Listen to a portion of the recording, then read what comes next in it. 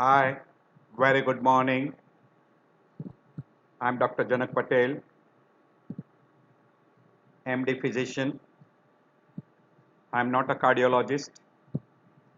Today we'll be discussing on one of the another interesting topic we call it the pulmonary embolism, which is common, and the most common cause for pulmonary embolism is DVT. So little portion of DVT also we'll be discussing together. And regarding DVT, we'll be discussing separately in a separate lecture. Pulmonary embolism can be acute, can be chronic thromboembolic phenomena. So,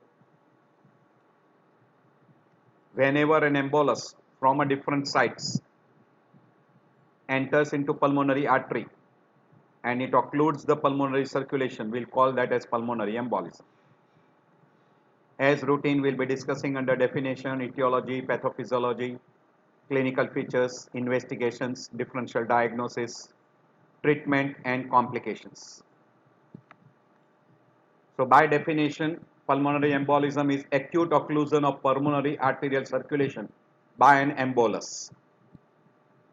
And this embolus may be a clot, we call blood clot, maybe tumor, maybe air, maybe a fat material, maybe a nitrogen molecule, and then we call that as a Caisson's disease, maybe a parasite, maybe amniotic fluid, or maybe infected material like pus in case of infective endocarditis.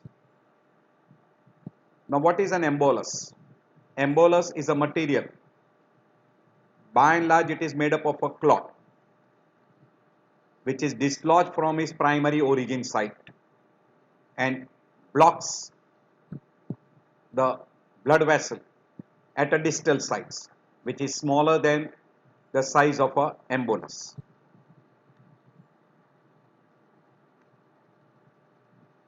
To classify them, one, depending on the size. If it is a small size, it can be single or multiple. But by and large, when it is a big size, it is a single embolus. But being a big size, it is called as a massive embolism. Depending upon the content, air, blood clot, malignant cells, pus cells, fat, amniotic fluid, nitrogen gas or nitrogen bubble in Caisson's disease, parasites like cysticercosis, hydatid cyst, foreign body, that is tip of the catheter, etc. can be there. So these are all the different material which can produce. So depending upon the content of embolus, you can classify according to that. And then it is classified depending upon the stages or depending upon the different varieties of embolism. One, massive pulmonary embolism. Second, submassive pulmonary embolism.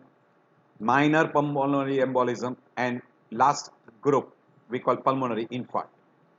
So these are the different categories which are being described.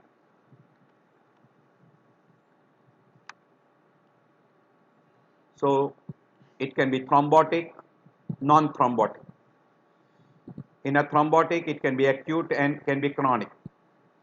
By and large, the most common cause of acute or chronic is by deep vein thrombosis, DVT.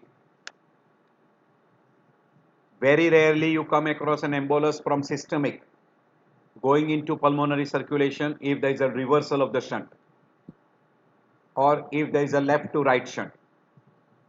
Then from LA or LV, it can enter onto the right side and can enter into pulmonary circulation. Rare combination, but can be there. While in a non-thrombotic episodes or non-thrombotic pulmonary embolism, fat, air, amniotic fluid, tumor, parasites, nitrogen, gas, etc. This will be few groups. Etiology wise, as far as a blood clot is concerned, the most common site is DVT, that is deep vein thrombosis, mainly from lower limb. Very rarely we come across venous thrombosis in upper limb, not a common cause. From right atrium or right ventricle, In this again, a big right atrial enlargement, RVMI, pulmonary stenosis, tricuspid stenosis, tricuspid regurgitation with infective endocarditis, or in a person with drug addicts also you can get infective endocarditis on right side. This will be some of the group which can produce thromboembolism from right side entering into pulmonary circulation. And when it comes from the left side, that is from systemic circulation into pulmonary circulation, we call paradoxical, and that is very common in person with left to right shunt and in case of reversal of the shunt. Very rare, very rare in a reversal of the shunt, not very common. Infective material will be very common in infective endocarditis, and another common group where you get a Mycobacterium tubercle as an embolus material in case of miliary tuberculosis, which comes mainly from lung. Air embolism will be very common in case of tension pneumothorax and person who is on a heart-lung machine during CABG or while giving IV fluids or while giving a large dose of IV injections, air bubble will enter, or on a what we call as a non-invasive ventilation like BiPAP or PPV, positive pressure ventilation. Parasite embolism will be common in hydatid cyst and cysticercosis. Amniotic fluid during postpartum period. Malignant cells metastasis. Nitrogen in case of Caisson's disease. And fat embolism in case of a long bone fractures, post-surgical on abdomen, following a surgery on abdomen, liver, breast tissue, or a surgery on long bones.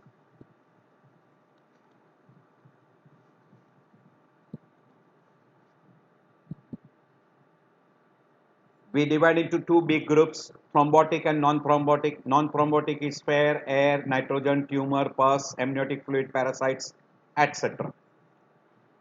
Thrombus, most common cause of thrombus is from deep vein thrombosis. 90% are from there, from the vein of the leg above the knee, and upper limb are very rare. If it comes from heart, it is usually the word utilized is cardiac thromboembolism. And cardiac thromboembolism is very frequently from right side in case of inferior wall infarct or RVMI. Or infective endocarditis will be infective material which will be from the right side in case of tricuspid stenosis, tricuspid regurgitation, pulmonary stenosis, in drug addicts, in a case of atrial flutter fibrillation because of big right atrial enlargement in case of TR or TS, and then you can get thromboembolism.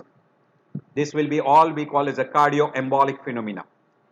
And rare, we have already mentioned before, paradoxical embolization means a blood clot comes from systemic circulation onto the pulmonary circulation because of left to right shunt or because of reversal of the shunt. And whenever there is a reversal of the shunt, by and large, the clot will be from right side only. So the commonest cause of clot we already mentioned by DVT, it will come from this area. It is usually above the knee. 90% of the clots are from that because this vein is bigger enough, or may come from cardiac. And in cardiac, right ventricular infarct, septic embolization coming from right side because of tricuspid stenosis, tricuspid regurgitation, or pulmonary stenosis. And also you can get an embolus because of fat, air, amniotic fluid, metastasis, etc., which can be there and can pass through venous system into the pulmonary circulation. This will be very common. Air embolism, we have already mentioned, it is very commonly while giving IV drips or while giving IV injection of large dose, etc. While fat embolism will be very common if you are doing a surgery on abdomen, liver, breast tissue or a long bones, or because of massive fracture you can have a fat embolization. These are the different conditions which can produce fat embolization. As far as DVT is concerned, it is called Virchow's triad, which will end up with a thrombus formation in a venous circulation because of venous stasis, or because of vessel wall injury, or because of hypercoagulability stage, and that can end up with thrombosis. Some of the common cause will be showing you here, which we'll be discussing in detail. Hypercoagulable state, the most common is because of oral contraceptive pills, malignancy, post-surgical, during pregnancy, etc. Because of vessel wall injury, the commonest cause as far as the venous injury is concerned is because of IV fluids or IV injections, and very rarely it is because of trauma. Immobilization becomes a very common cause in case of obesity, fracture of hip and lower limb, immobilization, major surgery on abdomen, on hip, or person is immobilized because of spinal cord injury, paraplegia, or person is hospitalized and is in a supine posture or immobilized for a long period.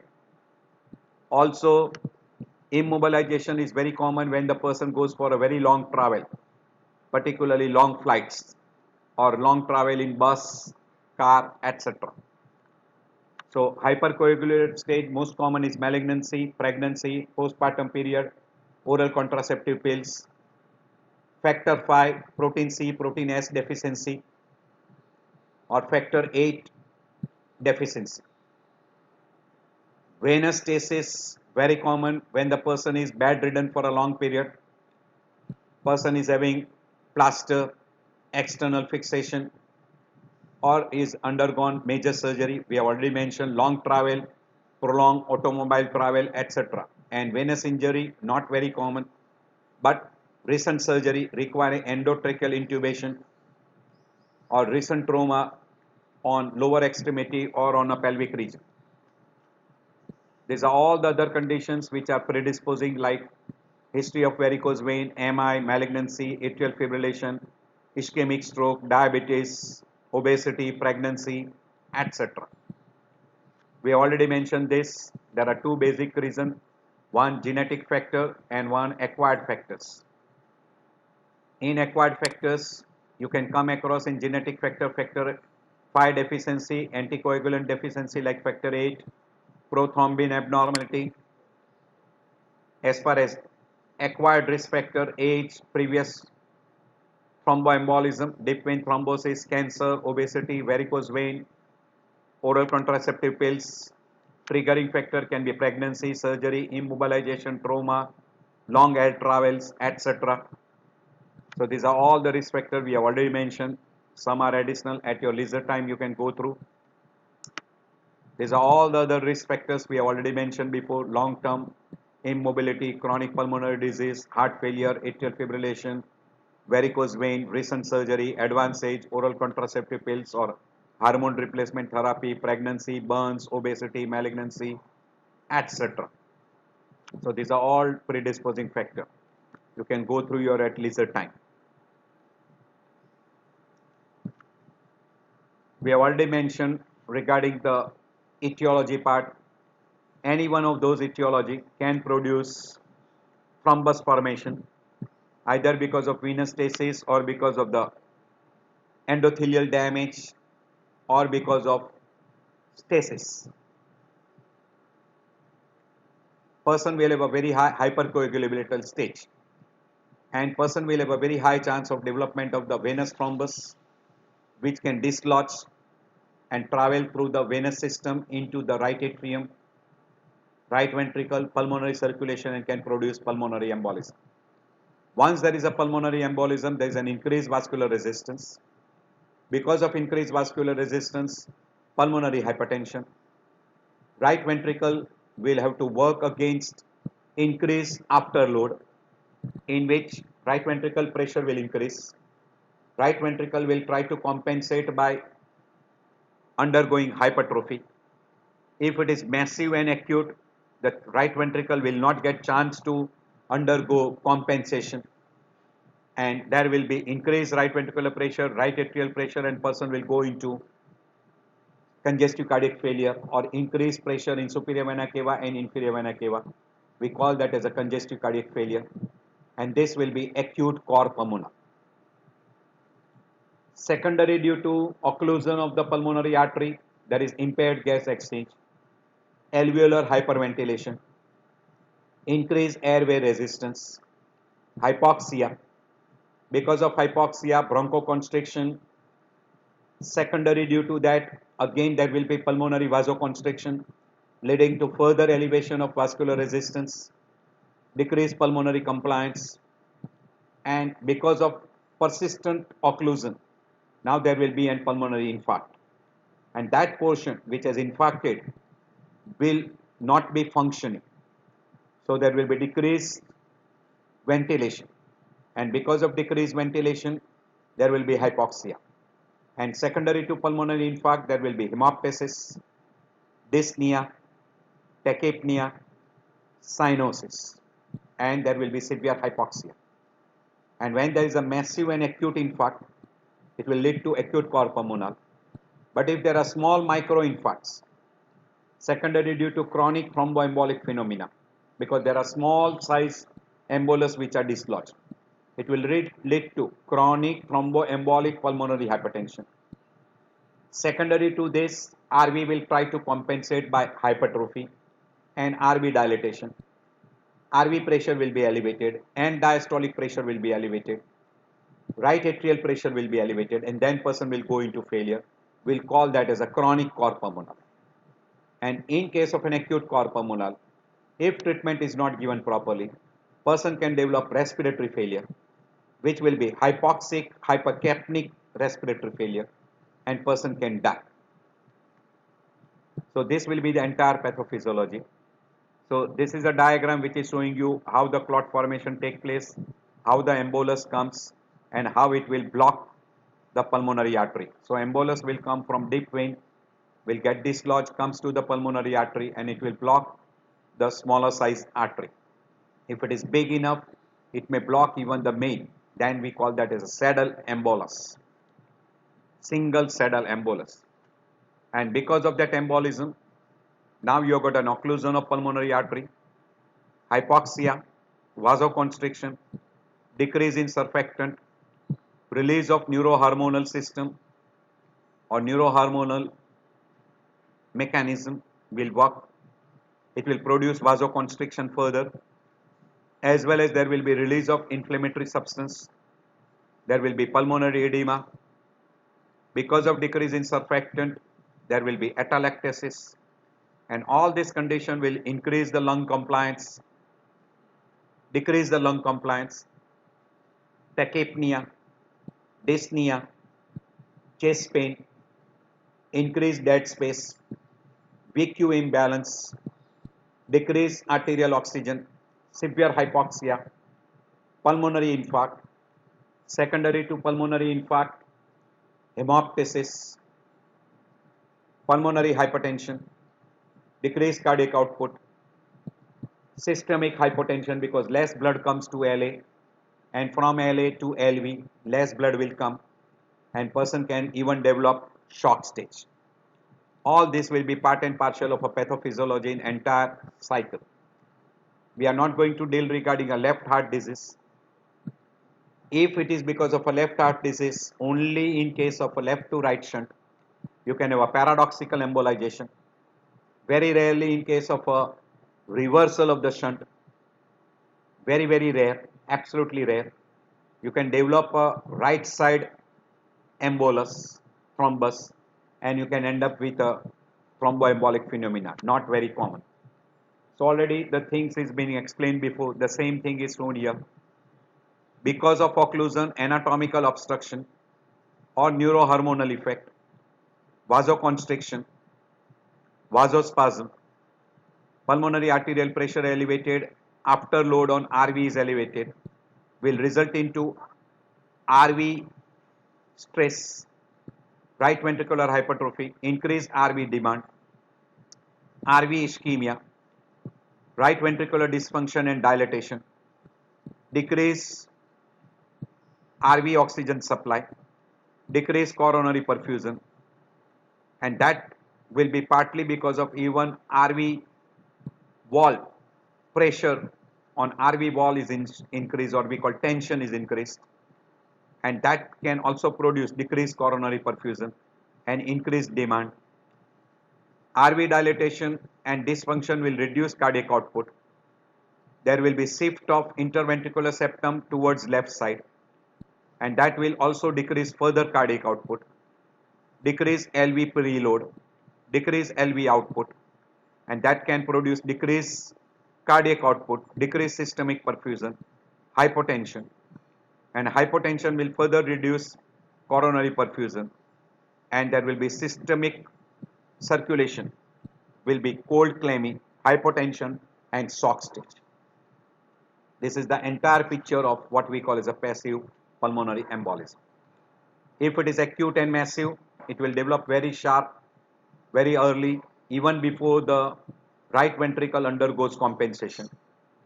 But if it is small and gradual, multiple small embolus, the RV will get a chance to undergo remodeling, or we call compensation. And once the RV undergoes compensation, you will have a RVH, RV dilatation followed by congestive cardiac failure. So RV dilatation, tricuspid regurgitation, RV wall tension, neurohormonal activation, myocardial damage because of the inflammatory mediators, RV demand is increased, demand is not met with decreased cardiac output, decreased coronary perfusion, RV ischemia, decrease in RV contractility, decreased RV output.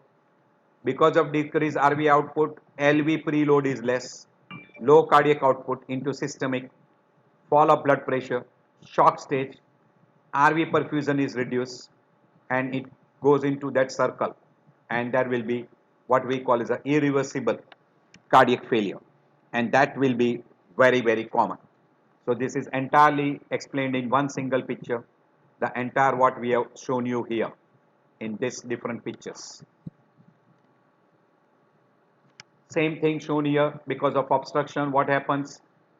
Because of vasoconstriction, ischemia, RV decompensation, and because of neurohormonal mechanism also, what takes place? And final is LV preload is reduced, decreased cardiac output, and person will go into a shock stage. And if not treated early, person can even die. So person can be asymptomatic or symptomatic. By and large, the person will be asymptomatic if it is a very single embolus and very, very small size. We call it a microembolus. By and large, we divide depending upon the number, single or multiple. Size wise, micro or big single massive embolus, we call it a saddle embolus. And depending upon the distribution of embolus, how many embolus comes at a time. And there are different stages, we call it a pulmonary infarct, minor pulmonary embolism, submassive, and massive. So these are the four varieties of presentation. So we'll be going through that. So whenever there is a pulmonary embolism, the onset is always sudden. If it is significant enough, single, big size, or multiple, many embolus, then it can be sudden onset of dyspnea, tachycardia, and you will have a symptom signs of congestive cardiac failure. So that will be there. So in an acute variety, Also is included in the literature that PE has a range of you will have presentations clinically depending on the unimportant size of incidental size variety of embolus. or Usually minor large embolus causing more which dyspnea, can produce minor infarct, embolic which will have causing hemoptysis, hemoptysis, pleuritic pain on pleural pulmonary hemoptysis, signs. and also pleuritic Large pain, embolus can produce and the severe massive emboli dyspnea, and leading massive to embolus can produce ischemic cardiac pain collapse. and cardiovascular collapse. So this can be the presentation in acute pulmonary embolism, 4 different groups: asymptomatic, minor emboli with infarct, large emboli with massive infarct, and massive emboli with almost cardiac collapse.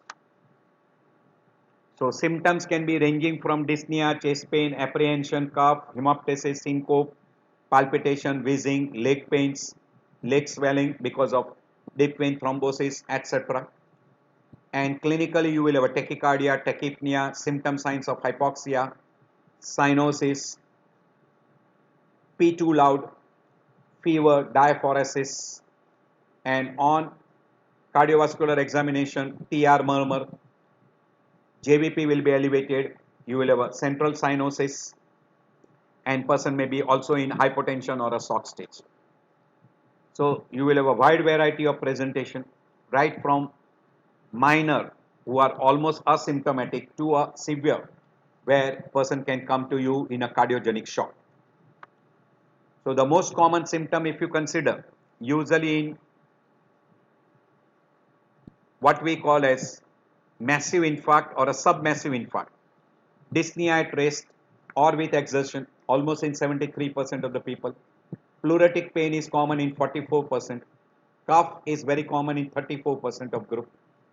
Very rarely a person who gets a massive infarct may come to you with a dyspnea at rest and almost orthopneic posture, 28%.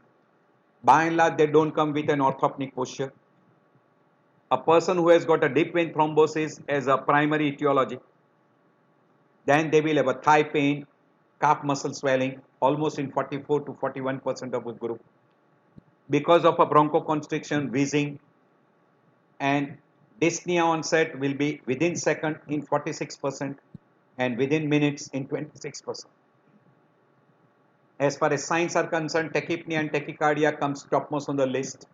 And because of infarct, in an infarcted area, you might come across rales and decreased breath sounds because of the collapse of the lung. You will have a P2 loud, second heart sound will be loud.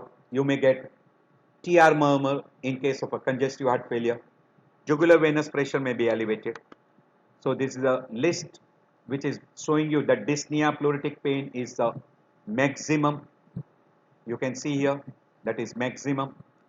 Cough, hemoptysis are less, and respiratory signs you can come across, particularly tachycardia and P2 loud will be another common sign which you can find out by doing an auscultation. By and large, we always use the word classical triad, that is hemoptysis, dyspnea and pleuritic pain comes as a classical triad, and it is believed to be almost positive in 20% of the patient with documented pulmonary embolism. So in another 80% it can be depending upon the severity, that is pulmonary infarct, minor pulmonary embolism, submassive embolism and massive embolism.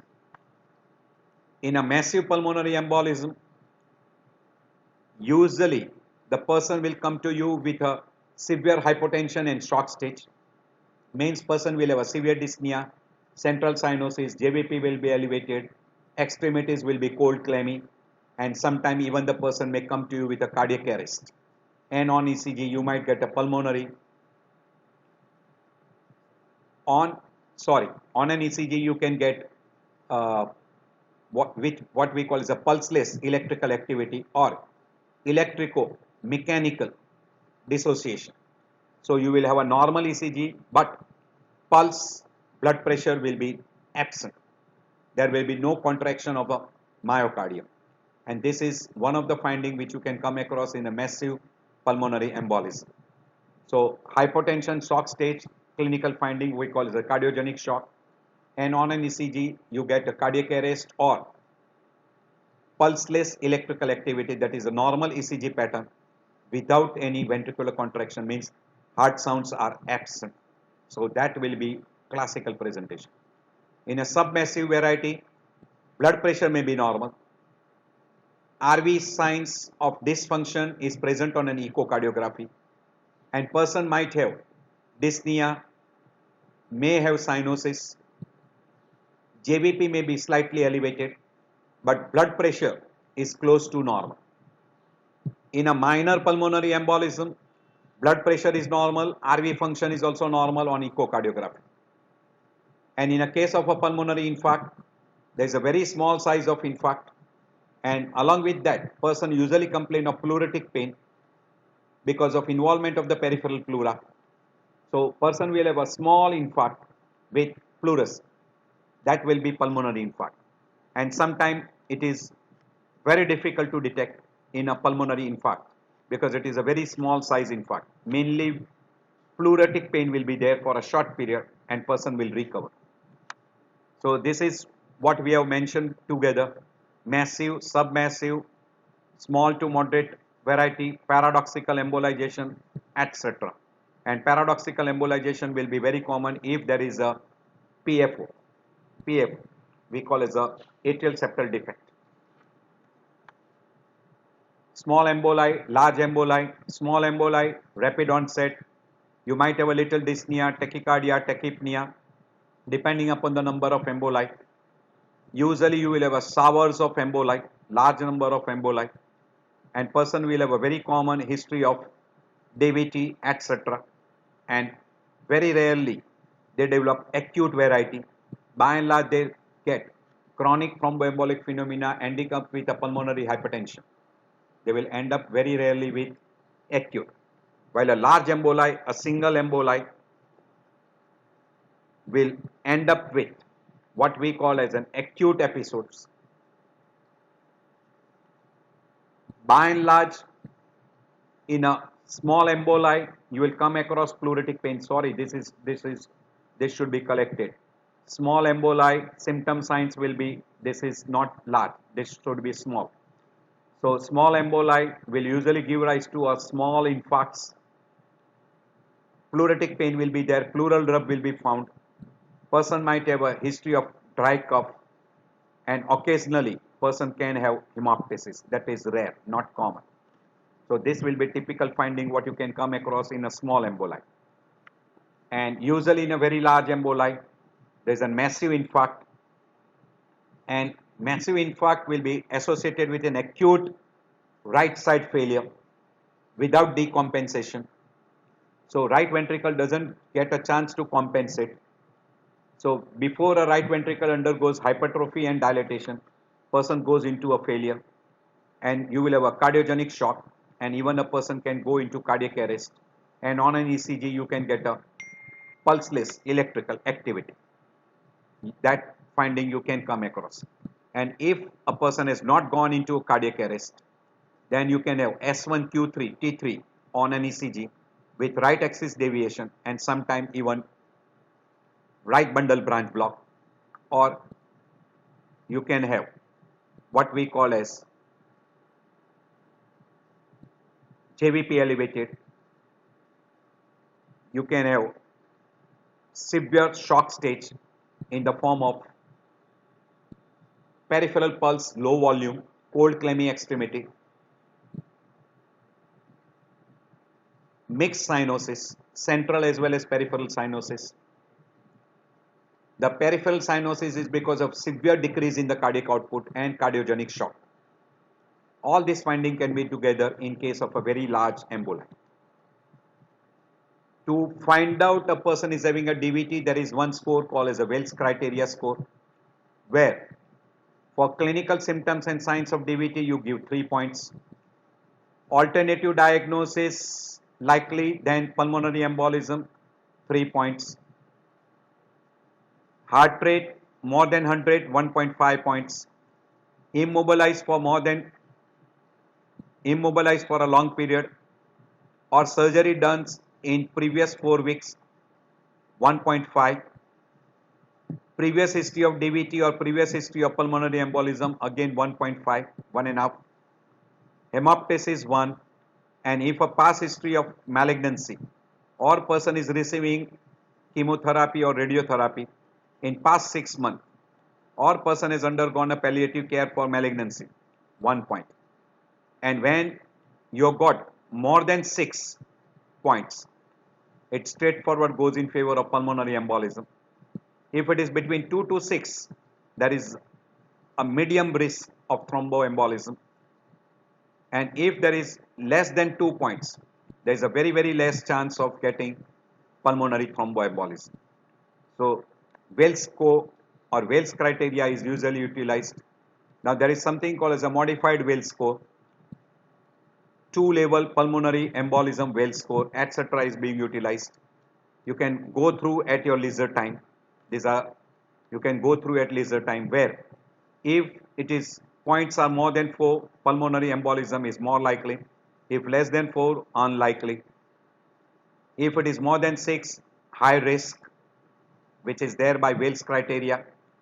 And if it is less than 2, low risk score. Between 2 to 6, moderate risk score. So this is that Wales score. And if you go through a Wales criteria and have a modified criteria, this particularly, then you can utilize this score, and depending upon that score you can say pulmonary embolism more likely if it is more than 4, and if it is less than 4, less likely. You can utilize those particular criteria. So always utilize Wales score to find out and suspect whether there is a possibility or not. So if the score is more than 4, pulmonary embolism is likely. Straightforward, you can go for a pulmonary angiography with CT scan. See, we call CT pulmonary angiography. Or you can go for a D-dimer study. If the Wales score is less than 4, and if a D-dimer is more than 500, then straightforward you can go for pulmonary angiography, CT pulmonary angiography. And if a D-dimer study shows less than 500, then pulmonary embolism is excluded. So if a person has got score less than 4 in Wales score and D-dimer is negative, or we call less than 500, then it is less likely to be pulmonary embolism. And these are all that particular you can go through. D-dimer study, then you can go for an X-ray chest, etc. So go through your at leisure time, VQ scan, etc. can be done. So D-dimer is very important to just suspect and rule out. If D-dimer is negative or we call low score, then the risk is very less. You can observe, or you can say less chance of pulmonary embolism. And D-dimer is strongly positive, more than 500. Then you will have to undergo what we call as a deep vein thrombosis. You want to confirm, you can go for an ultrasound, or we call as a duplex ultrasound with duplex study. You can go for pulmonary angiography with CT, or you can go for VQ scan. So these are the 3 common tests which are very essential in case of a pulmonary thromboembolism. These are all the different charts which are being there. In a suspected case, what you do, how you proceed further. We have already mentioned before. Same thing is shown but in little more detail. This is also same in a suspected thromboembolism. This is Geneva score. How you utilize that Geneva score. This is that Geneva score, simplified Geneva score. This is revised Geneva score. This is PERC rule. This is ACR criteria, etc. Now DVT clinical presentation we have already mentioned before. You will have a pain in a calf muscle, swelling in the calf muscle, redness. You will have a varicose vein. You might have a varicose ulcer, infection, or you might have a gangrene secondary due to varicose vein. We call phlegmasia, cerula, dolens. And secondary to that, now if a person comes to with a dyspnea, calf hemoptysis, then you suspect pulmonary embolism, secondary due to DVT. And certain signs like Homan signs, where when you do a dorsiflexion at ankle, the person will complain of pain in calf region. Mosses sign or a Pret sign is because of squeezing of calf muscle. Don't do that, because it can dislodge a thrombus and can end up with pulmonary embolism. This test should not be done as far as possible. If clinically it is enough, don't try to do those squeezing of the calf muscle or repeated dorsiflexion at ankle joint. Just even if you touch the calf muscle and if it is severely tender, no need to do Hoban's test or a Mosses test or Bancroft signs or Lowenberg signs, etc. These are all the different tests which wants to prove that there is a deep vein thrombosis. And while doing those particular tests, you are likely to dislodge thrombus and produce thromboembolic phenomena. As far as the risk factor is concerned, you will have to identify by doing clinical signs like hypotension and shock. If that is present, it is a very high risk group. If it is negative, there is no shock, blood pressure is close to normal, maybe a medium risk or a low risk. If on an echo you get an RV dysfunction, more in favor of high risk, less chances of. In case of a medium risk, you can have RV dysfunction, but in a low risk, RV dysfunction is almost, RV function is normal. Evidence of myocardial injury will be present good number of time in case of a high risk and medium risk, but in a case of a low risk, it is negative. And potential treatment for this in a high risk, you have to give a thrombolysis and embolectomy. While in case of a medium risk, you will require a hospitalization and anticoagulation. While in a low risk, you can go for a home treatment. This will be, usually we try to identify by that. The main important test is a D-dimer. If D-dimer is more than 500, suspect pulmonary embolism. If D-dimer is less, chances of DVT, thrombus formation is less likely. Then you go for the other parameters. In ECG, if you get a S1Q3T3 pattern with RBBB, also look for RVMI. It will be very strongly positive in case of a massive embolus. Echocardiography, if it shows an RV dysfunction, again it is more in favor of massive embolus or submassive embolus. X-ray chest showing you a clear-cut Westmark sign or Hampton's hump, again it is in favor of a massive embolus or massive infarct. Chest CT, HR CT, spiral CT with pulmonary angiography will be very useful to confirm the diagnosis of pulmonary embolism. VQ scan is also helpful to find out the severity of pulmonary infarct. ABG will give you an idea regarding how severe the hypoxia, hypercapnia, or also it will give you the idea regarding the effect, prognosis, etc.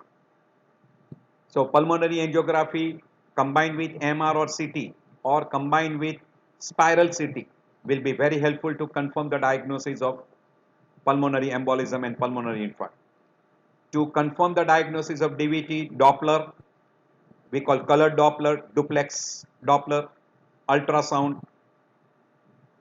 Very rarely we require a venography, and venography is needed while doing a surgical intervention or while doing a intervention therapy for DVT. So these are all the different investigation which are necessary.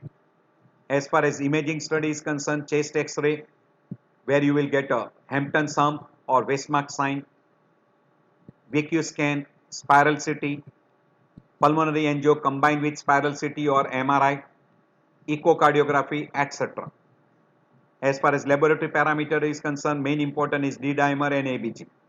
We already mentioned D-dimer more than 500 is more in favor of pulmonary embolism rather than less than 500. ABG will give you idea regarding the severity of hypoxia, severity of hypercapnia, etc. and it will be very useful while finding out the prognosis during treatment.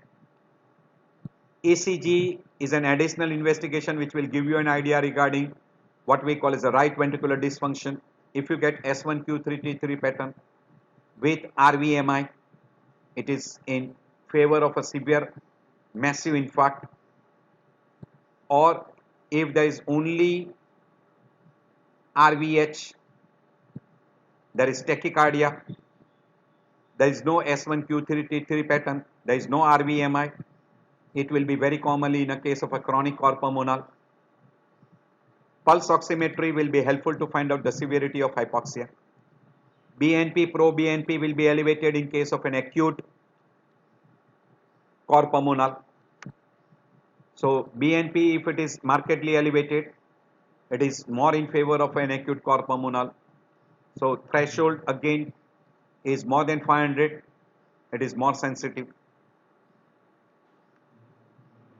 ABG, we have already told you, it is not 100% confirmatory, but severe hypoxia, hypocapnia, secondary due to massive embolus.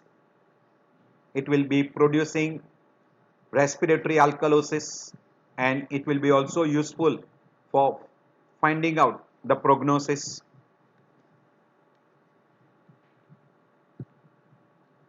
So first line is EKG, echocardiography.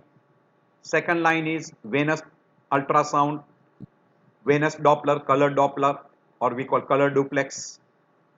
CT angio combined with pulmonary angio, that is spiral CT with pulmonary angio. Those are more helpful. VQ scan you can go for. So these are all what investigation you can go for. D-dimer test is useful, very helpful. Always also keep it in mind, D-dimer can be false positive in many conditions like cancer, inflammation, post-operative condition, pregnancy, trauma, old age, etc. So it can give you a false positive results. So you must keep that thing in mind. And these are some of the conditions which are predisposing to what we call as a DVT. So always keep that thing in mind.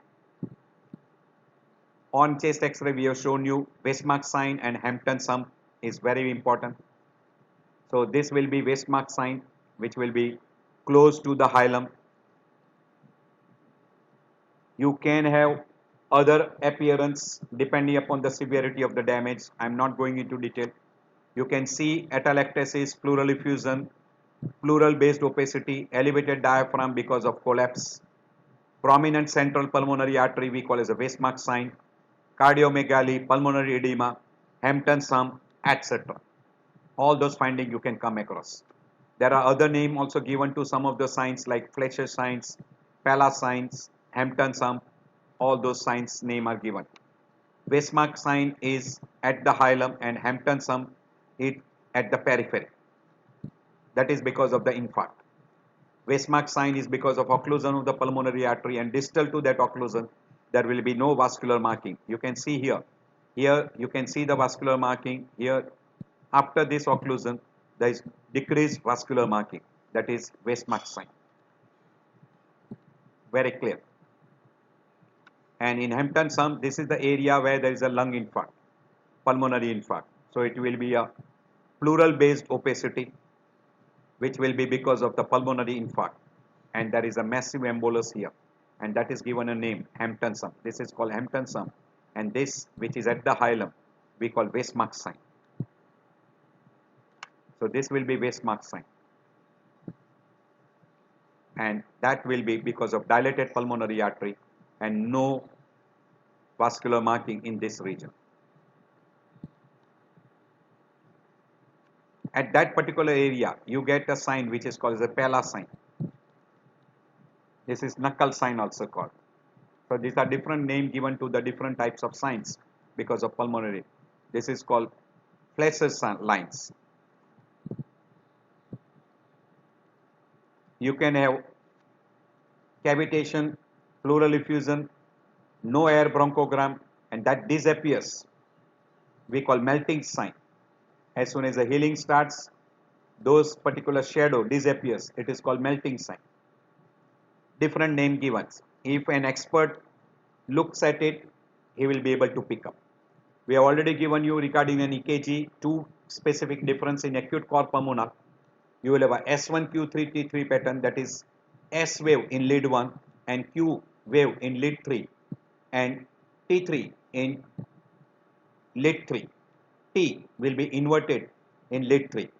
Along with that, you might have a right axis deviation, right bundle branch block pattern, and you can have a P pulmonar. In a severe massive infarct, person can even develop what we call as a cardiac arrest, and in that you can have a cardiac arrest in the form of a straight line, or you can have in a form of a we call pulseless electrical activity, PEA, pulseless electrical activity, where pulse, heart sounds are absent, pulse is absent, blood pressure is not recordable, but on an ECG you see a normal QRS complex. That is very common because there is an acute decrease in blood supply to the myocardium. So this is typical, we call as a S wave in 1, lead 1, and Q in lead 3, and T wave inverted in lead 3. That's why it is called S1, Q wave in lead 3 and T wave inverted in lead 3. This is showing you that there is a right ventricular strain which is taking place. So S1, Q3, T3 is typical, very, very typical. And you start getting even what we call as an ischemic changes. You can have a ischemic changes and even you can develop a RVMI. So lead 1 and lead 3 will be having a change. In a precordial lead, you can have a tall T wave and you can have a RV infarct size signs. So once in a while you can develop that T wave inversion you can have in lead 3 and you can have also in chest leads. Right bundle branch block pattern can be one of the presentation. Right ventricular strain pattern can be there. You can have a R wave in V1 with T wave inversion. We have already told you when you do a Doppler for leg veins or you go for a Doppler duplex, you can find out a deep vein thrombosis. Venous ultrasound will be useful, but if you combine Doppler with color Doppler or color Doppler duplex, it will be more beneficial. Echocardiography will show you RV dysfunction present or absent, and sudden elevation of pulmonary pressure will be also in favor of that. So in an echo sign, there is one sign which is called as a RV enlargement with hypokinesia. It is called McConnell sign, and that is very important. So echocardiography will show you RV dysfunction, TR, RV thrombus, McConnell sign, then pulmonary hypertension, tricuspid regurgitation, etc. will be seen. You can have a RV dilatation.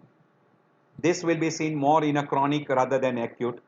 In a case of an acute, pulmonary pressure will be elevated, RV pressure will be elevated, there will be RV dysfunction, etc.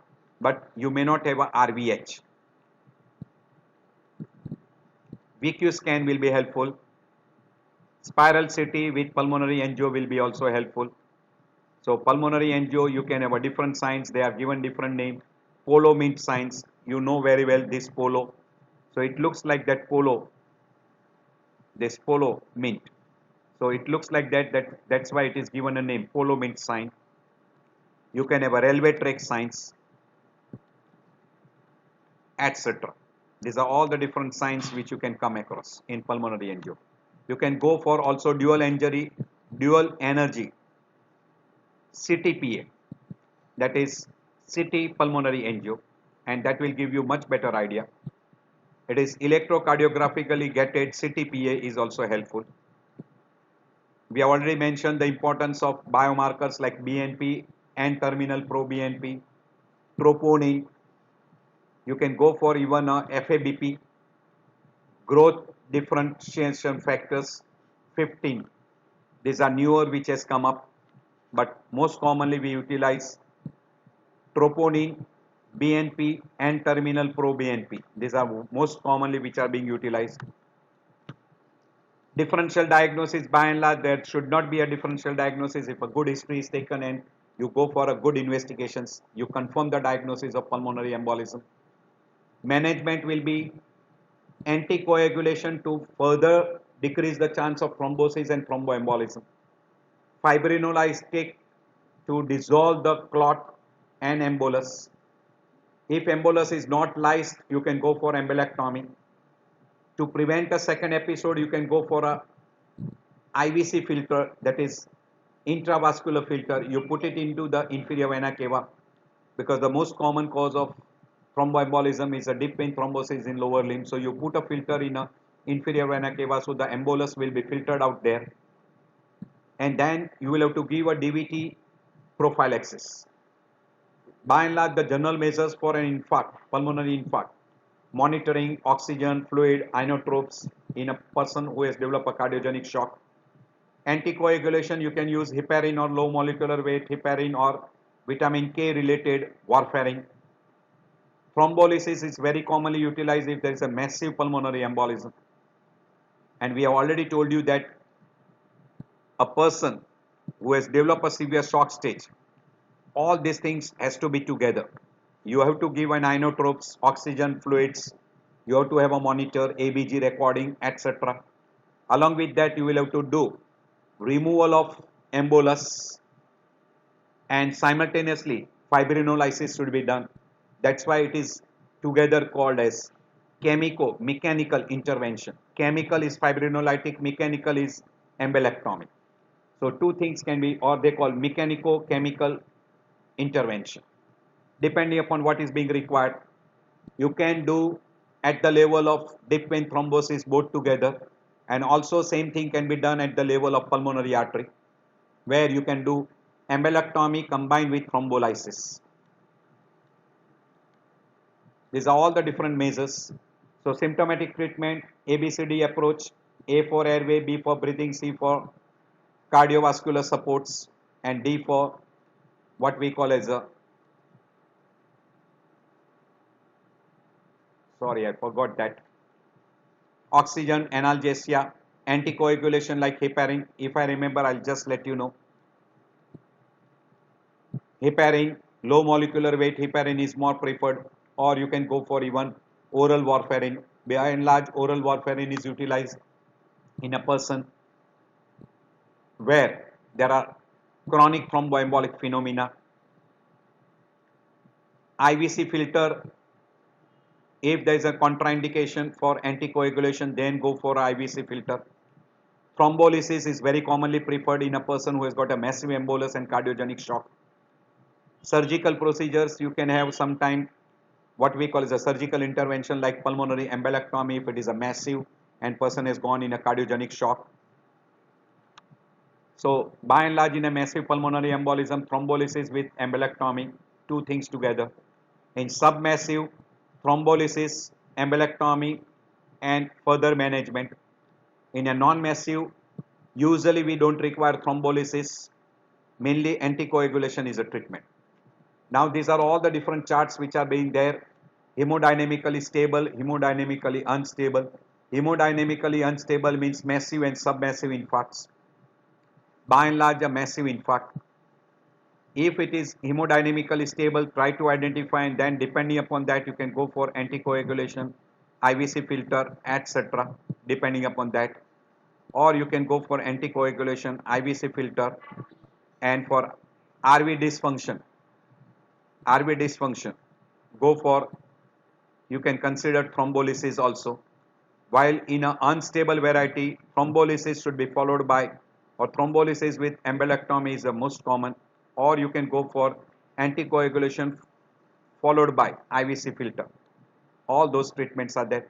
You can go through your at leisure time what are the different parameters and what is the treatment you can advise them. These are all the different charts, flow charts we call. At your leisure time you can go through. There are many charts you can go through at your leisure time. All different algorithms depending upon. This is a typical IVC filter. You can see that this is put in a inferior vena cava. These are the different shapes of IVC filter. Advantage, it will block the clot and it will prevent the embolism. But at the same time, this will become a site for formation of a thrombus. So you have to decide, and as soon as the person is, DVT is controlled, you can remove this IVC filter. So it should not be kept in inferior vena cava for a long time. If there is a massive embolus in pulmonary artery and person is in a cardiogenic shock, that embolus should be removed. We call it a pulmonary embolectomy. So if you remove from pulmonary artery a big clot, that is also use the word endarterectomy. You can have a complication secondary due to deep vein thrombosis we call as a phlegmasia cerula dolens, that is venous gangrene, and then you require a treatment for the deep vein thrombosis. For prevention, low molecular weight heparin or heparin is one of the treatment, or you can go for surgical interventions, and during surgical intervention you will have to use low molecular weight heparin, and when there is a massive surgery, major surgery done during orthopedic surgery also, you will have to give prophylactically low molecular weight heparin. Also in oncosurgery, neurosurgery or thoracic surgery also that is useful. As far as complication of pulmonary embolism is concerned, pulmonary infarct, in case of a massive infarct or massive pulmonary embolism, severe pulmonary hypertension, congestive cardiac failure with a shock stage, and it will be producing acute cor pulmonale. By and large, a chronic cor pulmonale will be common in a person who is developing a chronic thromboembolic phenomena. Acute respiratory failure will be more common with an acute cor pulmonale and cardiogenic shock. Massive hemoptysis will be there in any variety of, by and large it will be more common with an massive embolus or submassive embolus. Tachycardia, tachypnea will be more common with a submassive and minor, and that will be more common in a massive variety rather than other groups. So sudden cardiac death, pulseless electrical activity, atrial ventricular tachycardias, tachyarrhythmias, atrial flutter fibrillation, ventricular tachycardia, ventricular fibrillation, secondary pulmonary arterial hypertension, severe hypoxia, and right to left intracardiac shunts, etc. will be a common mechanism producing acute cor pulmonale and cardiogenic shock. So I'll end my lecture here. So I hope this lecture will be helpful to you. Once in a while you will see this pulmonary embolism case.